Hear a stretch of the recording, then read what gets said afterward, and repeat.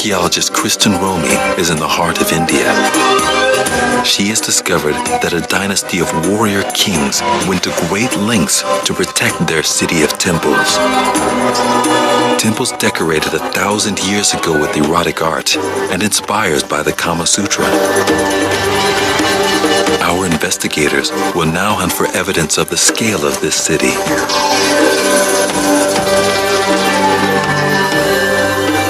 Today, the temples that are still standing have survived the ravages of time, enemy attacks, and encroaching jungle. But this is only a fraction of what would have been one of the most extraordinary cities in India. Today, there are 25 temples at Khajuraho. The legend has it that there used to be 85 temples here. That's more than 3 times the number of temples currently here today. I'm going to go find out if that legend is true. A mile and a half outside Khajuraho, near the village of Jatkari, recent excavations have revealed the remains of a huge temple. Until 1999, this site looked like a vast mound of earth and rock. But archaeologists then revealed a temple platform covered in carvings. Now, this site is an archaeologist's dream. From what we know about these other temples in Khajuraho, only a small amount of the actual temple is revealed. But what is revealed has been remarkably preserved. And here's this fantastic little frieze of warriors and elephants going off to war.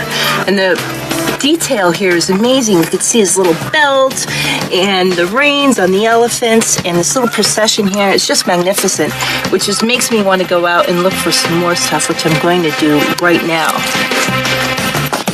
The carvings are remarkably preserved. This is a promising sign. It means there could be more temples out there under other mounds. Alex Evans believes that the base of the collapsed temple could give him the answers that he couldn't find at the temples in Khajuraho. The joints are mainly around 1 millimeter or less. They're so tight. Each stone is tailored to the next. To show you how expertly crafted this is, I've got this dollar bill here. This was a test that we actually use on site as well today, just to see how tight the stonework is. It's pretty tight, which is a pretty good sign of how accurately they work to. This is the evidence Alex was looking for. It confirms his belief that no mortar was needed and that iron clamps locked the stone tightly in place. While parts of the lower levels of the temple are still intact, the superstructure has collapsed and now lies littered around the site. These fragments give Alex a unique opportunity. He thinks he has uncovered the technique the temple builders used to make their elaborate designs. This male-female jointing, this being the female end, is actually something very difficult to do in stonework. Getting large pieces of stone to fit together. I'd be interested to see if there was a male end to this. He hunts the field of stone for the right piece to fit into this block. Here we are. You can actually see the tool marks still on it. And it's made slightly smaller as well. Just so that there's some play. Alex has discovered that this system of interlocking stone fragments, much like a 3D puzzle, enabled the temple builders to engineer complex but strong designs. With the whole temple now in pieces around him, Alex uses his expertise to analyze the stonework with forensic precision. He can decipher each and every mark on the stone and reveal the step-by-step process used by these forgotten craftsmen over 1,000 years ago. From what our investigators have discovered at the site, we can now reveal the temple that once lay beneath centuries of dirt and rocks. It stood on a vast platform 15 feet longer than the largest standing temple. And at possibly 115 feet high, it towered symbolically to the sky.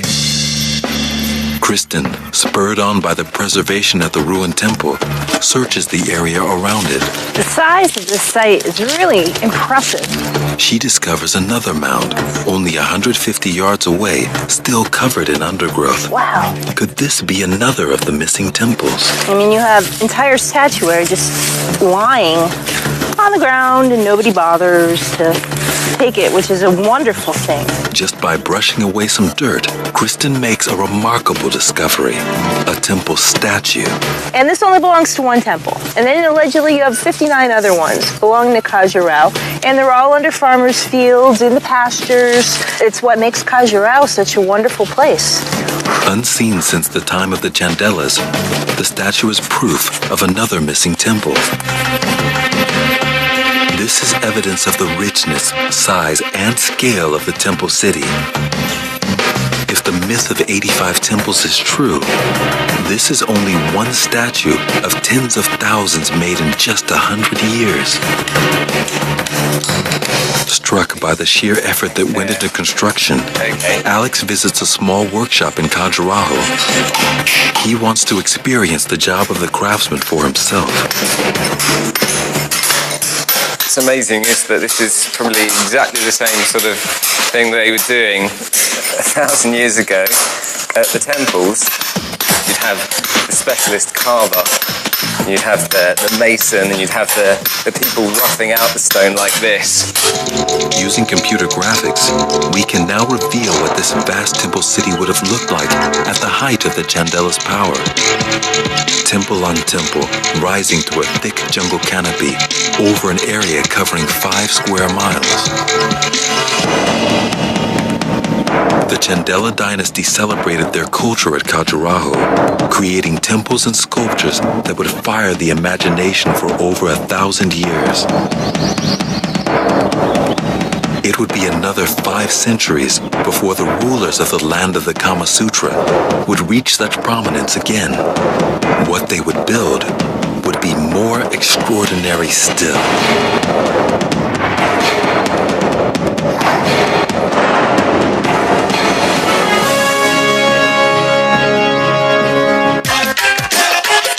Punjab, a land of 5 rivers.